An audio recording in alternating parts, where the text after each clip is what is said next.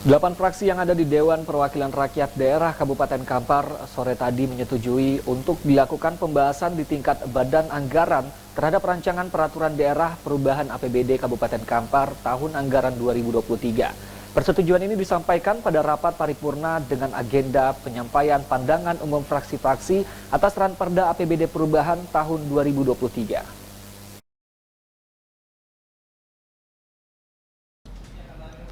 Rapat paripurna dengan agenda pandangan umum fraksi-fraksi terhadap rancangan peraturan daerah perubahan APBD Kabupaten Kampar tahun anggaran 2023 yang dilaksanakan di ruang rapat paripurna dipimpin Wakil Ketua Dewan Perwakilan Rakyat Daerah Kabupaten Kampar dari fraksi Demokrat Tony Hidayat bersama Wakil Ketua DPRD Kampar dari fraksi Partai Keadilan Sejahtera Fahmil. Rapat paripurna kali ini dihadiri penjabat Sekretaris Daerah Kabupaten Kampar Ramlah. Ketua fraksi Partai Gerindra, Zumrotun menyampaikan, dalam pandangan umum fraksi Gerindra mengajak seluruh pihak untuk tetap bijak dalam menyikapi berbagai persoalan yang ada jelang pelaksanaan Pesta Demokrasi tahun 2024 ini. Dalam beberapa catatan Partai Gerindra meminta kepada pihak pemerintah untuk melakukan digitalisasi terhadap pembayaran pajak dan retribusi daerah agar nantinya target dari penerimaan pajak daerah dapat tercapai. Kesempatan ini, fraksi Partai Gerindra mengajak semua pihak untuk bersikap bijak dalam menyikapi polemik yang ada di daerah kita ini, agar Kabupaten Kampar tetap kondusif dan masyarakat bisa tetap produktif. Mudah-mudahan suasana yang aman dan damai membuat kita lebih semangat menjalankan tugas kita sebagai wakil rakyat. Kami fraksi Gerindra menyampaikan pesan kepada pemerintah daerah agar tidak menyalahgunakan anggaran yang dapat membuat kita berurusan dengan hukum. Namun fraksi Partai Gerindra menyampaikan beberapa catatan sebagai berikut.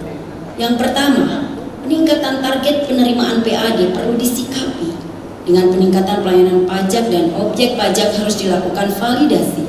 Upaya memudahkan pelayanan yang dilakukan melalui digitalisasi seperti dilakukan selama ini harus terus ditingkatkan, baik menyangkut sistem maupun sosialisasi kepada wajib pajak dan wajib retribusi daerah. Khusus sosialisasi perlu dilakukan secara lebih bervariasi, terutama bagi wajib pajak dan wajib retribusi daerah yang belum melek teknologi digital. Intinya adalah untuk memudahkan akses terhadap sistem pelayanan pajak daerah dan retribusi daerah. Sedangkan juru bicara fraksi Partai Persatuan Pembangunan Habibur Rahman meminta kepada pemerintah untuk kembali melanjutkan pembangunan jalan interpretasi yang ada di Kecamatan Kampar Kiri Hulu. Karena sebelumnya proyek jalur interpretasi ini telah dimulai oleh Bupati Kampar almarhum Aziz Zainal.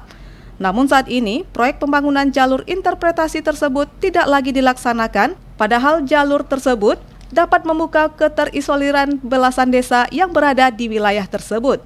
Partai Persatuan Pembangunan meminta kepada pemerintah dan Kampar agar menganggarkan kembali, sekali lagi menganggarkan kembali pelaksanaan kelanjutan pembangunan jalur interpretasi di Kampar Kiri Hulu yang melewati 8 desa yang dahulunya hampir tersambung karena tidak dilaksanakan kembali, sekarang sudah sangat-sangat memprihatinkan karena tidak ada kelanjutan dari pembangunan jalur interpretasi dari Tanjung Belit ke Muarabio, Muarabio Batu Sanggan Tanjung Permai Gajah Bertalut Aur Kuning ke Tarusan ke Subayang Jaya, terakhir di desa Pangkalan Serai yang berbatasan langsung dengan Kabupaten Sijunjung.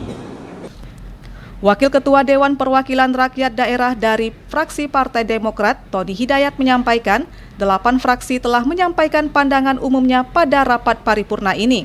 Dan ia minta kepada penjabat Bupati Kampar untuk terus melakukan peningkatan pendapatan asli daerah. Karena saat ini penambahan anggaran pada APBD perubahan ini hanya berasal dari dana transfer pusat dan provinsi.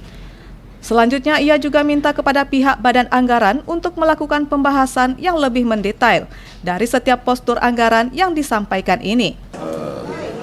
Pandangan fraksi sudah dibacakan dan tentu ini wajib menjadi perhatian bagi eksekutif atau pemerintah daerah, terutama pertama PAD yang justru makin melorot.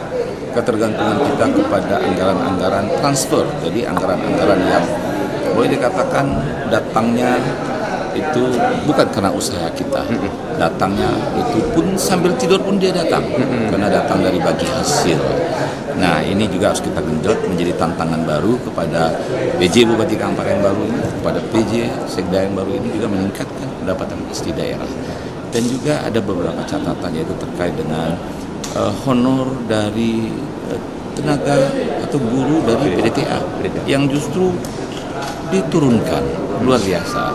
Zaman Bupati Pak Haji Zainal 500.000, dan 500.000 itu sebenarnya kita juga masih terkecil dibanding dengan pemerintah daerah yang lain. Kota sudah di atas 500.000. Kita dari 500.000 yang pernah kita anggarkan menjadi 300.000. Karena kita mendesak bahwa paling tidak kembalikan ke 500.000 gaji atau honor guru dari PDTA. Selain itu, politisi Partai Demokrat ini juga minta kepada pemerintah untuk segera melakukan penertiban terhadap aset daerah karena ini merupakan salah satu pandangan umum fraksi yang sebelumnya telah disampaikan. Hal ini harus menjadi perhatian serius dari pemerintah. Dari Kabupaten Kampar, Anto Badai melaporkan.